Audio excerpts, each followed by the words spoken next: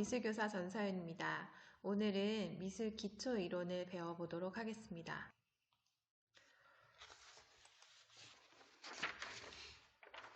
여러분은 미술하면 뭐가 제일 먼저 떠오르시나요? 세계적으로 유명한 그림, 건축물, 조각, 만화, 공예. 미술을 한마디로 표현하면 조형예술이라고 답할 수 있습니다. 조형, 형태를 만들다, 그리다 정도의 뜻이 되겠죠? 그래서 형상을 그리거나 만들어서 표현하는 예술을 미술이라고 합니다. 그러면 무엇을 표현할까요? 작가의 감정이나 생각, 이런 것들을 표현하겠죠? 작가는 왜 자신의 감정이나 생각을 미술로 표현할까요? 바로 다른 사람들과 소통하기 위해서 예술 활동을 하는 것일 겁니다. 그래서 미술작품 속에는 작가가 전달하고자 하는 주제와 의미, 내용을 조형 언어로 숨겨놓았습니다. 그 조형 언어에 해당하는 것이 바로 조형 요소와 원리입니다. 미술의 가장 기초적인 이론이죠. 이 조형 요소와 원리를 알아야 다른 사람의 작품을 해석할 수도 있고요. 자기 작품을 효과적으로 전달할 수도 있을 것입니다. 먼저 조형 요소에 대해서 알아보겠습니다. 조형 요소란 미술 작품을 구성하는 내용을 말하는데요. 점, 선, 면, 형, 색, 명암, 양감, 질감, 재질감 이런 것들이 바로 조형 요소에 해당이 됩니다. 각각의 조형 요소에 대해서 더 구체적으로 알아볼까요? 점은 조형 요소의 최소 단위로 크기나 모여있는 방향에 따라 느낌이 다릅니다. 자, 보이시는 대로 작은 점부터 큰 점까지, 그리고 모여있는 점부터 흩어진 점까지 다양한 느낌을 주고 있죠. 이걸 전체적으로 봤을 때는 어떠한 형상, 점이 모여있고 흩어져 있는 것에 따라서 또는 점의 일률적인 그런 위치에 따라서 형태를 알아볼 수도 있습니다. 점이 모이면 선이 되는데요. 선은 움직임과 사물의 외곽을 구성하여 윤곽선을 나타내 줍니다. 방향이나 속도, 강약, 장단, 밀도, 굵기 등에 의해서 대상을 효과적으로 표현할 수 있습니다. 선의 굵기에 따라서 때로는 면으로 인식이 되기도 합니다.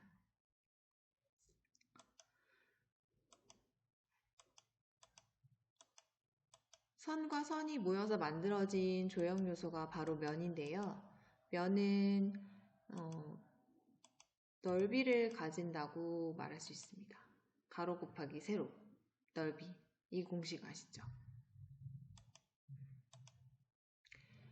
선과 선의 연결에 의해 생기는 것으로 넓이를 가지는 것이 면입니다. 다음은 형과 색을 알아볼 텐데요.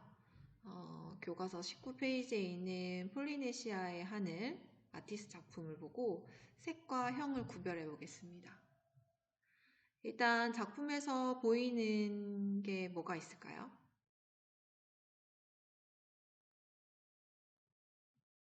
뭐가 보이시나요? 새의 형상들이 보이시나요? 하늘을 날고 있는 듯한 새의 형태. 이것이 바로 형입니다. 면과 면이 만나서 사물의 모양이나 생김새, 덩어리를 나타내는 조형 요소를 말합니다. 그럼 색은 뭐죠? 이 작품에서 형태로 보이는 것들을 걷어내면 색이 남습니다.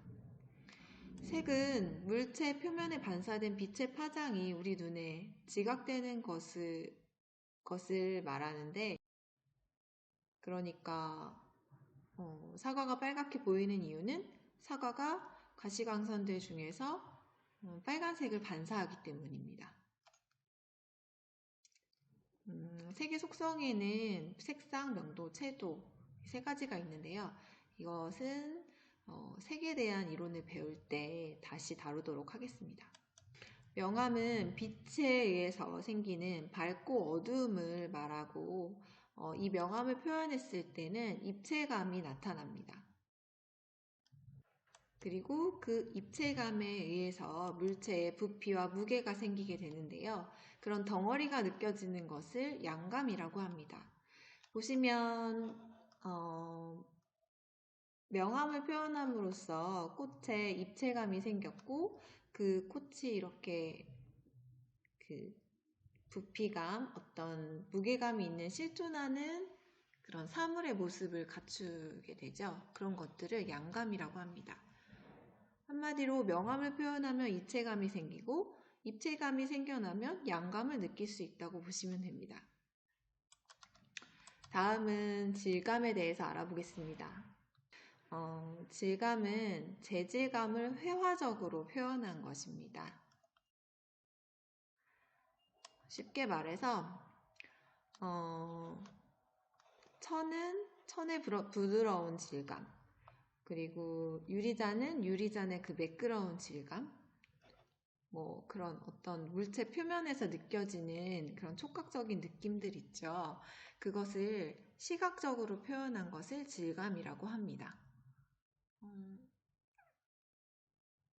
만져보진 않았지만 왠지 부드러울 것 같은, 왠지 매끄러울 것 같은, 왠지 거칠거칠할 것 같은 느낌을 주는 그런 요소를 질감이라고 하는 것입니다.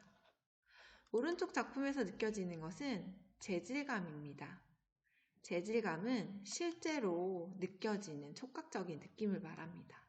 그러니까 재료 자체에서 느껴지는 실제 느낄 수 있는 질감이죠. 이 외에도 현대에는 빛과 소리, 이런 것들도 중요한 조형 요소로 활용이 되고 있습니다. 이런 조형 요소들을 이용하여 아름다움을 느끼게 하는 규칙, 체계, 이런 것들을 조형 원리라고 하는데요. 조형 원리에는 통일, 변화, 균형과 비례, 강조와 대비, 동세, 율동 등이 있습니다. 먼저 통일에 대해서 알아볼까요? 교과서 20페이지에 있습니다. 통일은 규칙과 질서를 통해서 시각적으로 정돈된 느낌을 주는 것으로 어떤 전체를 구성하는 여러 가지 요소가 연관성을 갖고 조화로운 모습을 띠는 것을 말합니다.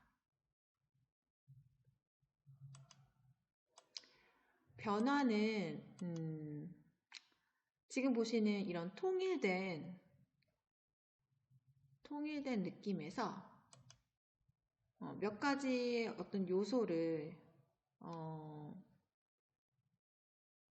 달리해서 어떤 단조로움을 피하고 시각적인 흥미를 주는 그런 느낌을 들게 하는 것을 변화라고 합니다.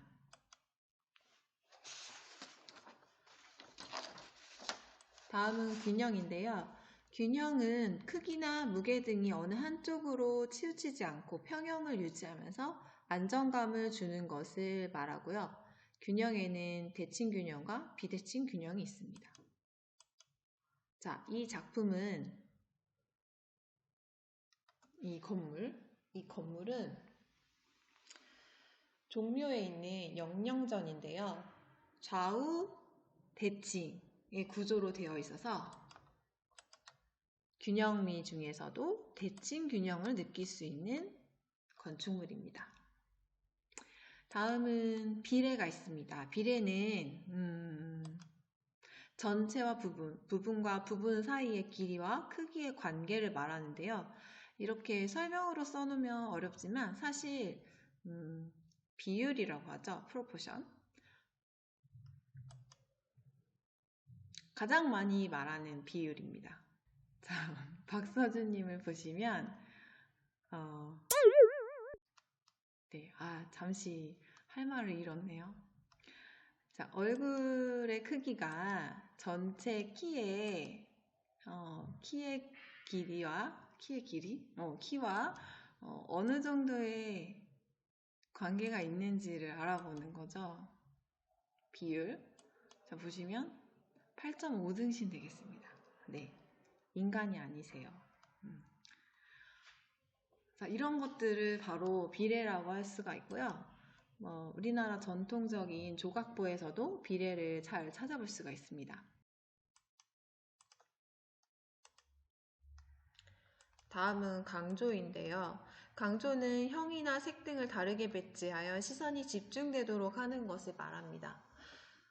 왼쪽의 작품은 수많은 얼굴들 속에서 이제 작가의 얼굴을 제외하고 나머지는 약간 왜곡된 그런 얼굴들 속에서 작가의 얼굴을 굉장히 사실적으로 묘사하여 작가 얼굴을 강조하고 있고요. 오른쪽 그림은 빨간색과 노란색의 대비되는 색상을 배치해서 노란 꽃수를 강조하고 있습니다. 대비는 상반되는 요소를 어울리게 하여 각각의 특징이 잘 드러나게 하는 것을 대비라고 하는데요. 보시는 교과서의 작품은 크기 대비를 느낄 수 있는 작품입니다.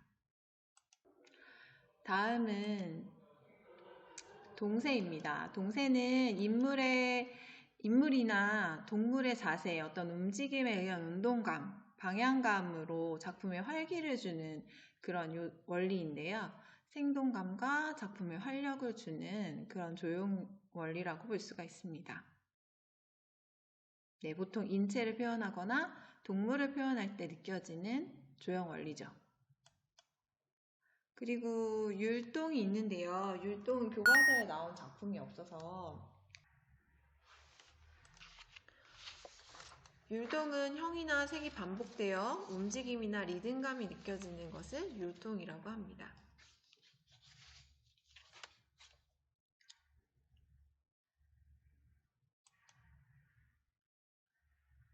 자, 여기까지가 조형 요소와 원리의 기본 이론이었고요. 이제 여러분이 이것을 실생활에 적용을 해서 우리 주변, 우리 삶 속에서 발견할 수 있는 조형 요소와 원리를 찾아서 오늘 배운 미술의 기초 이론을 잘 적용해서 멋진 사진을 찍어 보시길 바라고요. 감사합니다. 다음 시간에 만나요.